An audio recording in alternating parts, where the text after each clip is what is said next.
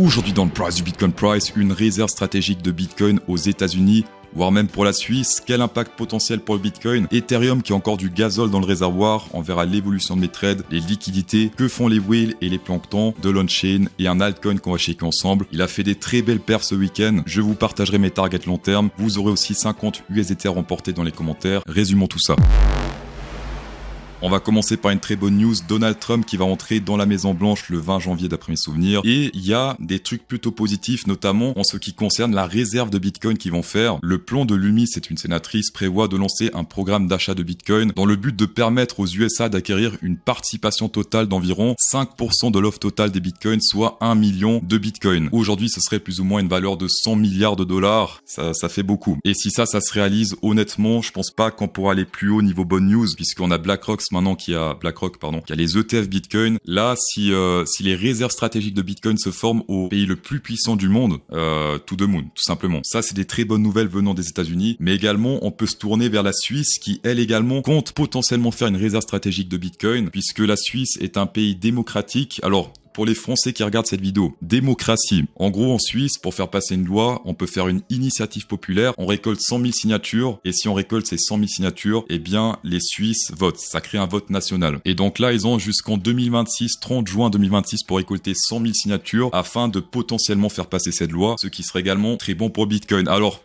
personnellement, avis perso, ça c'est mon avis personnel, la Suisse, comme la France, est victime de ces boomers, et donc je ne pense pas que ça va passer. Oui, on aura sûrement les 100 000 signatures, mais je pense pas que cette loi va passer, puisque ceux qui font la loi en Suisse, c'est un petit peu comme en France, c'est les boomers. L'évolution de mes trades sur Bitunix, on peut voir que il y a un de mes deux trades qui se fait jarter, c'était le XRP, il a fait un petit dump ce week-end, mais pour l'instant, le Ethereum Price se porte plutôt bien, on est sur du 20 000 $ de profit. Niveau target, quand est-ce que je vais sortir? Parce que selon moi, il y a encore un petit peu de potentiel avant de faire le premier TP, donc je vais faire 50% de TP sur ce niveau-là. On peut voir que la zone de recharge en spot, 0 à 5% de bid-ask ratio, c'était un petit peu comme sur le Bitcoin. Toute cette zone-là, c'était positif, et donc, selon moi, toute cette zone-là va se faire ravaler d'ici peu. Ça a commencé plus ou moins sur ce niveau-là. Si on monte sur le graphique, c'est plus ou moins cette zone-là, autour des 3888 $. Les top traders sont également en train de se faire nettoyer, puisque là, on peut voir que la majorité des top traders sur Binance étaient en mode short, avec du levier jusqu'à 24 de levier. On peut voir que les leviers commencent à baisser niveau short. On était sur du 27 de levier short en moyenne chez les top traders. Aujourd'hui, on est sur du 2 de levier short, ce qui est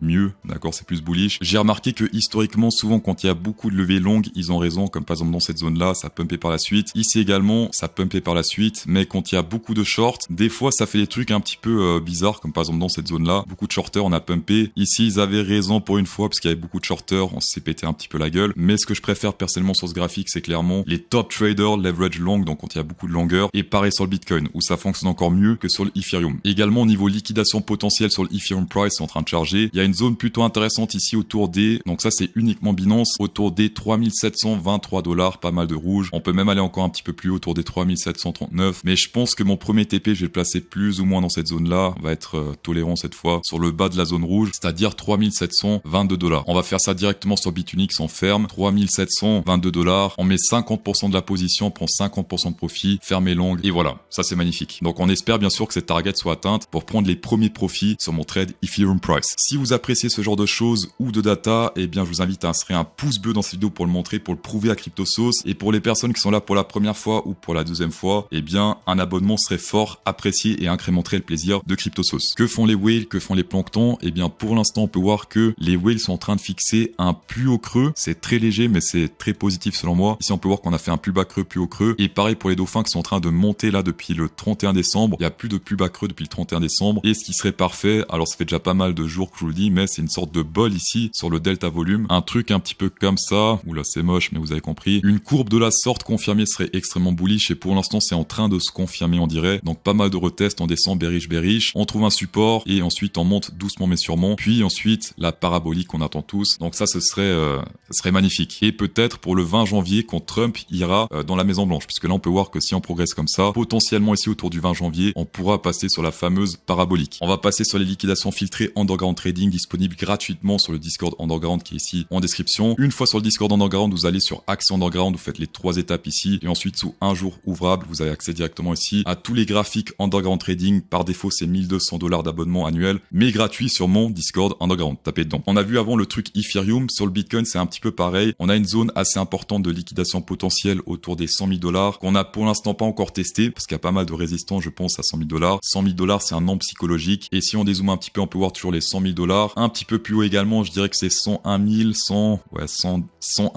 plus ou moins dans cette zone-là. Et au sud, c'est plutôt éloigné. On a également des trucs intéressants autour des $95 000. Mais attention, cette zone-là commence à dater un petit peu, j'ai l'impression. Là, ça commence à faire un petit bail. Ouais, ça fait pas mal de temps que c'est là. Alors que les $100 000, regardez, c'est tout frais. Avant, c'était vert et maintenant, c'est devenu jaune. Donc là, c'est vraiment des liquidations qui sont fraîches. Le bid-ask ratio spot 0 à 5% également dans le négatif comme sur l'Ethereum. Alors, négatif veut pas forcément dire que c'est bearish. Souvent, c'est bearish quand c'est négatif, mais souvent, c'est également bullish quand c'est négatif. Par contre, le positif est plus fiable, on va dire, selon moi, puisque souvent, quand on a des pics comme ça positifs, c'est bullish par la suite. Ici, pareil, durant toute cette phase de consolidation qu'on a eu depuis le 21 décembre, on peut voir que la consolidation du bid-ask ratio a commencé plus ou moins dans cette zone-là. On a fait le premier gros pic. C'était autour des plus ou moins 100 000, 102 000 $. Donc, dans cette zone-là, on pourrait théoriquement commenter jusqu'à cette zone-là avant de remplir ce fameux, alors, je sais pas si on peut dire que c'est un gap, mais remplir le déséquilibre bid-ask ratio. Il y a un truc auquel il faut faire un petit peu attention, c'est le Fear and Greed Index qui est repassé dans le grid ultime. Ici, on est passé dans le vert foncé. Oui, on est monté par la suite, mais ensuite, on s'est extrêmement pété la gueule. Après, oui, si le 20 janvier, Donald Trump annonce la réserve stratégique de Bitcoin ou même plus tard, eh bien, ça fera plus aucun effet, d'accord? Tout ça, on s'en fout. Les news, c'est vraiment ce qui fait le plus d'impact sur les marchés. Et ensuite, on a le sentiment. En tout cas, pour les personnes qui cherchent de l'investissement long terme, quand on est sur du vert foncé comme ça, souvent, par la suite, on a des entrées plus intéressantes. Ici, par exemple, c'était vert foncé, on s'est pété la gueule. Ici également, on s'est bien pété la gueule. Ici, c'était vert foncé, on s'est pété la gueule. Ici également, et aujourd'hui, potentiellement, également. Pour rappel, le funding rate, c'est ce que payent tous les 8 heures les traders futurs, les longeurs aux shorters ou les shorters aux longeurs. On avait pas mal d'euphorie entre novembre et début décembre, mais ensuite, ça s'est assez rapidement calmé. Souvent, quand il y a des pics comme ça, c'est pas bon. C'est un petit peu également un Fear and Greed, mais version funding rate. Et pour l'instant, c'est plutôt calme, alors que le Fear and Greed, lui, est assez greedy. On a également une anomalie sur l'open interest qui est en train de se produire. On peut voir ici qu'il y a beaucoup de positions qui sont ouvertes sur Binance. 526 millions de dollars autour des 98 000 $. On peut voir que dans le passé, alors pour rappel, ça c'est l'open interest, c'est pas les liquidations, même si ça se ressemble. Ici, on peut voir qu'il y a beaucoup de positions qui sont ouvertes. Ça s'est transformé en gros support avec un petit fake ici à la baisse. Mais en tout cas, par la suite, retest pour aller 10 fois plus haut. Ici également, regardez bien, il y a beaucoup de positions qui sont ouvertes. Hop, on a fait un semblant de pump avant de se péter la gueule. Ça veut dire que dans cette zone-là, il y a beaucoup de longueurs et de shorters qui ont ouvert des positions. Les longueurs en PLS, quand ça descend, qu'est-ce qui se passe? Ils mettent un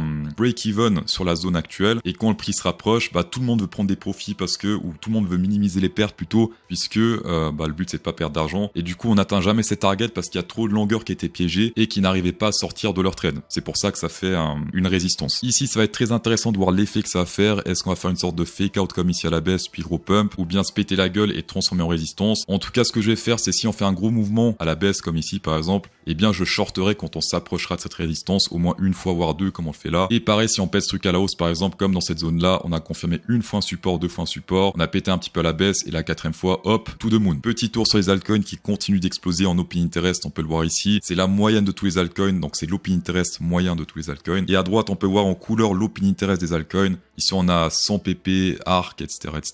Quand c'est blanc, il y a peu d'open interest. Quand c'est rouge, il y a beaucoup d'open interest. Et quand ça explose à la hausse, quand le prix explose avec l'open interest qui devient rouge, ça signifie qu'il y a des traders qui sont piégés, donc des shorters qui sont piégés, qui ne ferment pas leur position. Et le but, c'est de les chasser. Donc dès qu'on commence à voir un petit peu blanc sur certains altcoins, ça signifie qu'il y a des shorters qui sont fait jarter du prix. Comme moi avec le XRP, par exemple. On va passer sur la fameuse crypto, le ING que j'ai partagé le 4 janvier sur Twitter, avec un setup plutôt intéressant en forme de courbe, en forme de banana. Voilà. Alors ça, c'est con, mais ça fonctionne. Avec pas mal de supports et de résistance. J'ai simplement créé ce support-là en forme de courbe. J'ai dupliqué, je l'ai mis au-dessus, et le hasard fait que ça crée exactement les mêmes supports et résistance. Donc ça, c'est le premier truc intéressant. On peut voir une zone d'accumulation ici, dans la zone verte, puisque tout ça ici, ce volume-là, c'est de l'accumulation du ING. Je m'attendais à un truc un petit peu comme ça, on monte, on descend, on accumule, etc. Puis, à un certain moment donné, on pète ce niveau ici à la hausse, qui est assez vide de volume, pour aller au niveau de volume supérieur, c'est-à-dire ici autour des, j'avais mis là, 35 $, ce qui pourrait faire un plus 50% sur l'action price par rapport au 4 janvier. Alors, il a pumpé déjà pas mal ce week-end,